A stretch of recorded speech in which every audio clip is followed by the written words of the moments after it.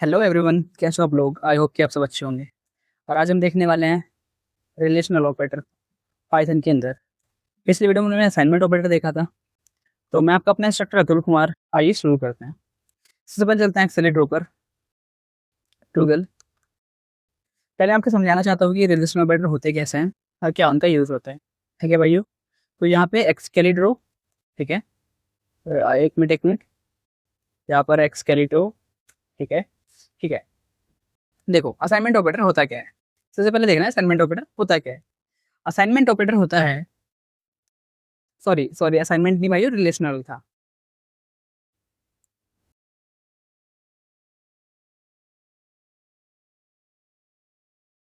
Relational operator.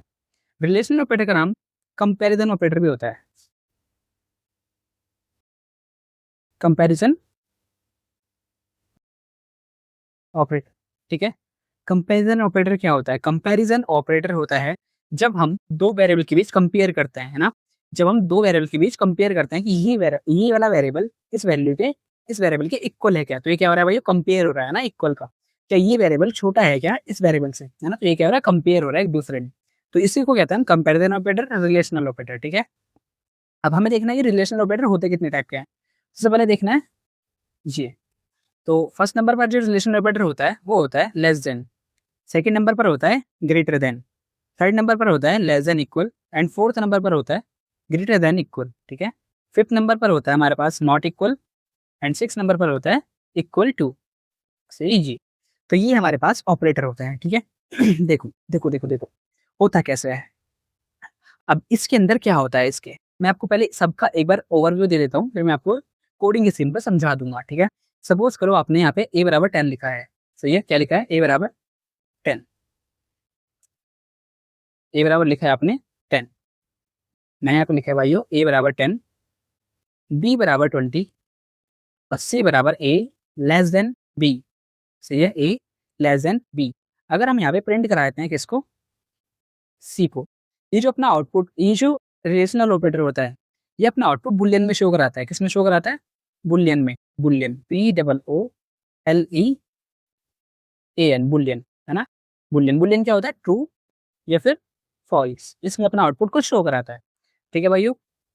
तो यहाँ पे ऐसा समझ लो कि जिधर को इसका मुंह खुला रहता है, जिधर को इसका मुंह खुला रहता है, ये कहता है उधर वाली वैल्यू बड़ी है। सही है। तो यहाँ पे किधर को खुला है, यहाँ पे बी की तरफ को खुला है। तो बी की वैल्यू कितनी थी, 20। और ए की वैल्यू कितनी थी, 10। सही है। ए की वैल्यू कितनी थी, 10।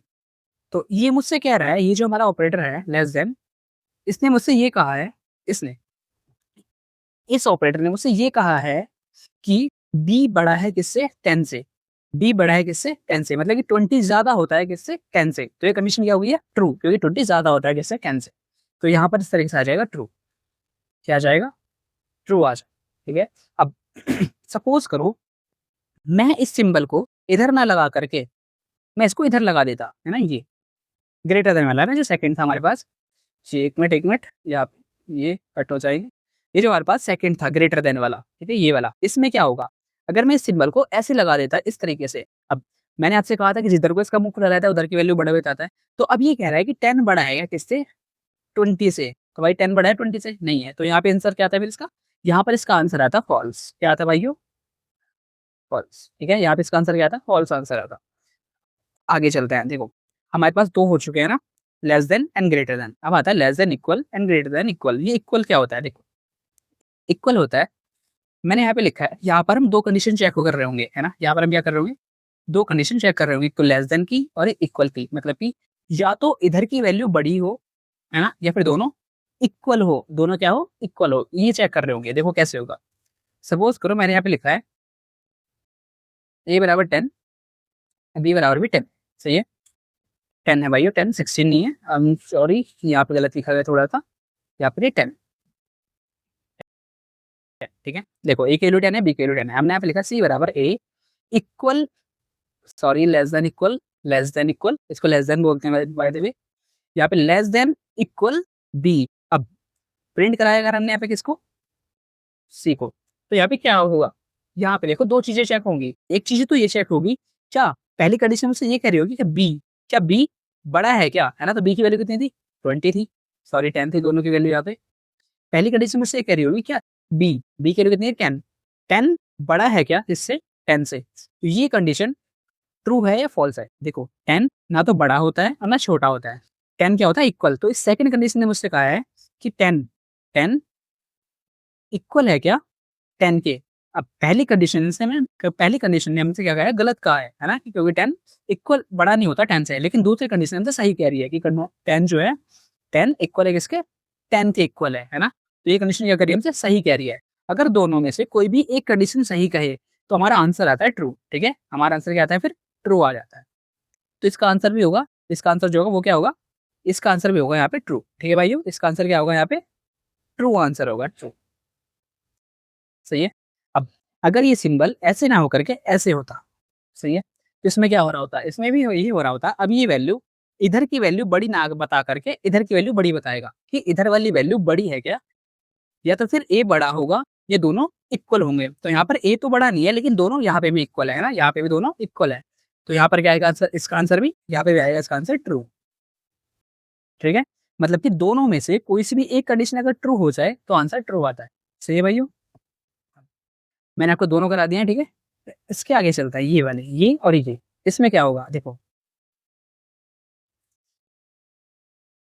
मैंने यहाँ पे लिखा है ए बराबर 50, बी बराबर 60, बी बराबर 60, सी बराबर ए, नॉट इक्वल बी। अब नॉट इक्वल का मतलब क्या होता है, नॉट इक्वल का मतलब होता है, यही कंडीशन से कह रही होती है नॉट इक्वल। नॉट इक्वल भाई तुम्हें समझ आ रहा है, नॉट मतलब नहीं, इक्वल मतलब बराबर, नहीं है बराबर है ना, कि ए बी के बराबर नहीं है, ए बी के बराबर नहीं है। बिल्कुल सही कहा है, इस कंडीशन ने हमसे ये कहा है, इस कंडीशन ने कि ए बी के बराबर नहीं है। तो इसने हमसे सही कहा है ना कि ए की वैल्यू तो 50 है और बी की वैल्यू 60 है, तो ये दोनों आपस में बराबर नहीं है। और इस कंडीशन ने हमसे यही कहा है, तो ये हमसे सही कहा है। तो इसका मतलब क्या है, इसका मतलब है ट्रू।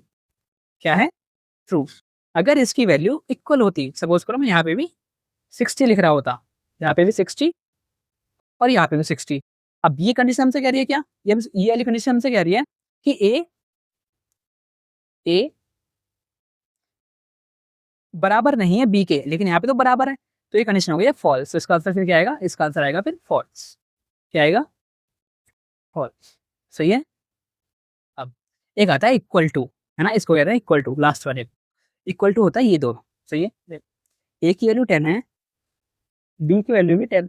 सही है, सी बराबर ए इक्वल टू बी। सही है, इक्वल टू बी, कि ए बी के बराबर है क्या। अब ए बी के बराबर है तो कंडीशन क्या हो गई है, ट्रू हो गई है, ट्रू।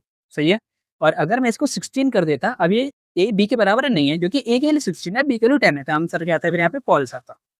क्या आता है भाइयों, फॉल्स आंसर आता है। चलो, तो हमने प्रैक्टिकली ये थ्योरेटिकल देखा है, अब हमें इसको कोडिंग स्क्रीन पर चलता है। सबसे पहले चलते हैं आइडियल पर। आइडियल, ठीक है, कंट्रोल एन, कंट्रोल ओ, कोई फाइल है कि मेरे पास नहीं है ना, कंट्रोल एस कर लेते हैं, काम करते हैं यहाँ पे, इसको कंट्रोल एस कर लेते हैं। मैंने यहाँ पे लिखा A dot P Y, enter. सही है, अब देखें ए की वैल्यू 10 थी और बी की वैल्यू कितनी थी, बी की वैल्यू 20 थी। हमने पहले लेस देन को चेक करना है, सी बराबर ए लेस देन बी, और हम यहाँ पे अगर प्रिंट कराते हैं किसको, सी को, तो आंसर क्या आएगा इसका, इसका आंसर आएगा ट्रू, क्योंकि बी बड़ा है। मैंने कहा था ना कि जिस जिधर को इसका मुंह खुला रहता है उधर की वैल्यू बड़ी बताता है, तो यहाँ पर बी बड़ा है किससे, ए से। तो यहाँ पे कंडीशन क्या है, ट्रू दिखा रहा है। सही है भाइयों। अगर मैं सिंबल इधर को कर देता तो फिर क्या दिखाता, इधर को अगर मैं कर देता इसको तो ये दिखाता है फिर फॉल्स। सही है। अब देखो इसके बाद आता है equal, less than equal, less than equal.